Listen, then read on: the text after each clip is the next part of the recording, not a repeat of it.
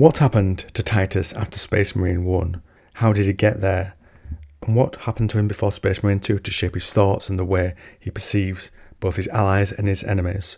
First we'll look at where he comes from, and then where he has been since. If you remember the end of Space Marine 1, the Inquisition gathered him up for a little trip to Helltown. If you don't know the lore and the terms, I've done my best to explain them in a simple, straightforward way so that you can pick up what's happening. So, Titus was born on an ultramarine world called Tarentus. The ultramarines are the Emperor's soldiers who guard this region of his empire. Titus was chosen and set trials to join the ranks of the Marines. He excelled in the trials and underwent physical and mental enhancement to make him into a Space Marine. Later on, one mission when facing the forces of chaos, basically demons from another dimension, he was badly hurt and was the only survivor. Many questioned how Titus survived against the sorcerer of chaos, which messes with the heads of those it's around, so that those influenced by it will join the side of chaos. And Titus overcame this with his ability to overcome the odds, though I hope we get some deeper explanation possibly on that later. When the Ultramarines' homeworld of Macragge was threatened by the Tyranids, he and his company raced to save the world, but arrived late after victory had already been reached. The Tyranids are a race from outside the galaxy.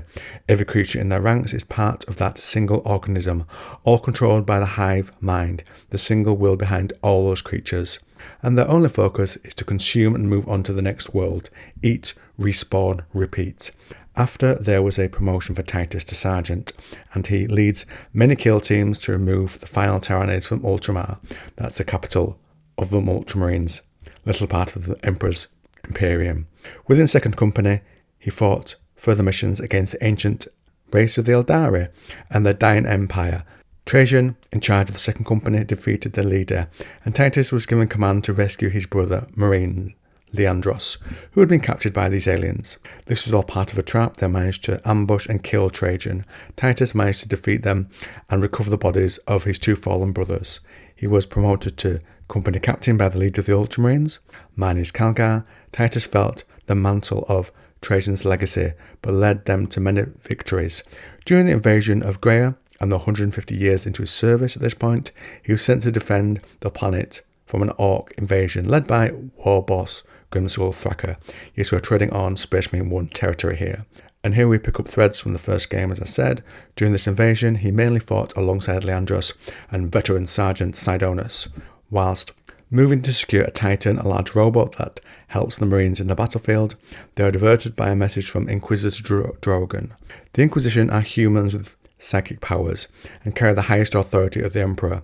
If they walk onto a world and demand ships and resources, there's no question they will be given to them. He wants an experimental weapon called the Psychic Scourge, powered by energy siphoned from another dimension called the Warp. Making their way through the Orcs, Titus was exposed to this energy, but lived. Some suspected foul play. They're afraid it might have infected him to turn him against his brothers, but they found out Drogon, this Inquisitor, is the actual traitor. He uses the weapon to open a doorway to that other dimension. It's the Inquisitor that had been corrupted, and this doorway allows a Chaos Lord, a corrupted human allied to the demons, to come through to the 40k verse. Nemeroth, stepping through the dimensional rift, is followed by many demons under his influence who invade the planet. Titus and his companions slay the Orc leader, who frankly feels like a bit of a second thought at this point. Titus gives the weapon to Sidonus, his brother Marine, so he can take it away, reducing the power. Sidonus will be able to do this by taking that power away from Nemeroth, but he's found and killed by Nemeroth, and the Chaos Lord was then able to escape with the power source. He wanted to use this energy to become a demon prince, to give himself a promotion by having more power from his home dimension. Titus wanted to stop this and avenge his brother, and so he broke into the Chaos Lord's moment of triumph and steps on his moment. Using the device's power, he tackled the Chaos Dude off the top of the spire, and they fall and fall. Titus was able to kill the Lord and shatter the power source. This closed the rift, and Titus walked away. Where usually anyone exposed to that much energy, if you imagine someone getting hit by a big burst of radiation and being fine afterwards, it's pretty suspicious. Normally this level of radiation from the warp would have corrupted the individual and convinced them to join the powers of the demons. His companion sees this and suspicious reports Titus to the Inquisition. Definitely a snake in the grass there. The Inquisition, as I said, is the highest power of the emperor in his empire. An agent of the Inquisition, Jerome Thrax, confronts the Ultramarines, and Titus lets himself go with the Inquisitor. This was to spare those who fought with him from the criticism being aimed at him. So what happened next between Space Marine 1 and 2? He was imprisoned by the Inquisition. The leader of the Ultramarines, Minus Calgar, requested many times for him to be returned. Gone from their sight, a statue was raised in the Marines' Hall of Heroes. But Titus is not feeling like a hero at this time. He has suffered for over a century at the behest of Inquisitor Thrax, being tested by him.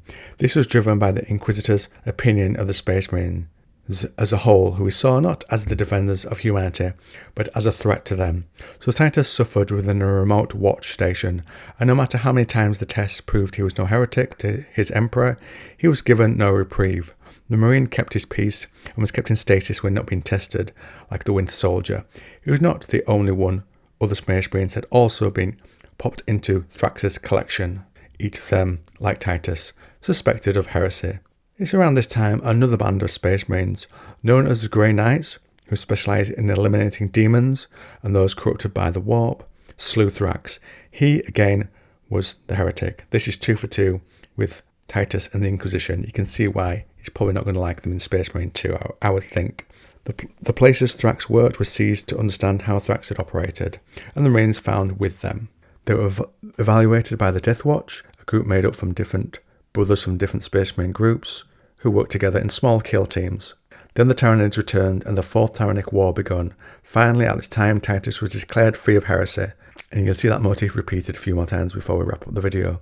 But what he went through had shaped his thoughts on the Inquisition and solidified them. I don't think he's going to trust them. And having not heard from the Marines and the shame he feared he'd brought there, Titus stayed with the Death Watch. A high fleet of Tyranids invaded Basrior, a subsector, and Titus was sent with a kill team, Castrian, who as they descended crash-landed. Everyone dies apart from the leader of the kill team, and Titus, but Ultramarines arrive in time to save him and Nolus. This was led by Chief Librarian Varro Tigerius, who was a psychic Space Marine who had sensed Titus using his powers and arrived to get him away to help him escape. Tigerius brought Titus onto his ship. Titus had suffered a deep wound, but there was a pretty cool operation that would allow him to live on and have a stronger body. If you imagine Jack Reacher from the Amazon TV series and then add a few pounds, something like that. This went well, and Tigerius, using his psychic power, cleared Titus in the eyes of the other Marines, because though celebrated, it was still feared he suffered the taint of chaos. People with psychic powers in particular are very good at sensing that sort of thing, so this would have cleared him. Hearing this, Minus Calgar restored Titus to a position and became the Lieutenant of 2nd Company again, or if you're a fan of the Sleepy Hollow TV series, or the British way of saying it, a lieutenant. Now he had claimed his position and reputation back. Titus is ready once again to lay his wrath on the enemies of the Imperium, fighting his old foes, the Tyranids, on a world called Avarax, where he will eviscerate these abominations. So I hope you enjoyed the insight there into Titus, and just to help you recall what happened to him before the new game comes out. On that note, I will ask, if you enjoyed the video, think about giving it a like, think about subscribing. I do a lot of videos here, so it might be worth your while. And speaking of that, I've got a lot of cool lore videos, so check out this one next.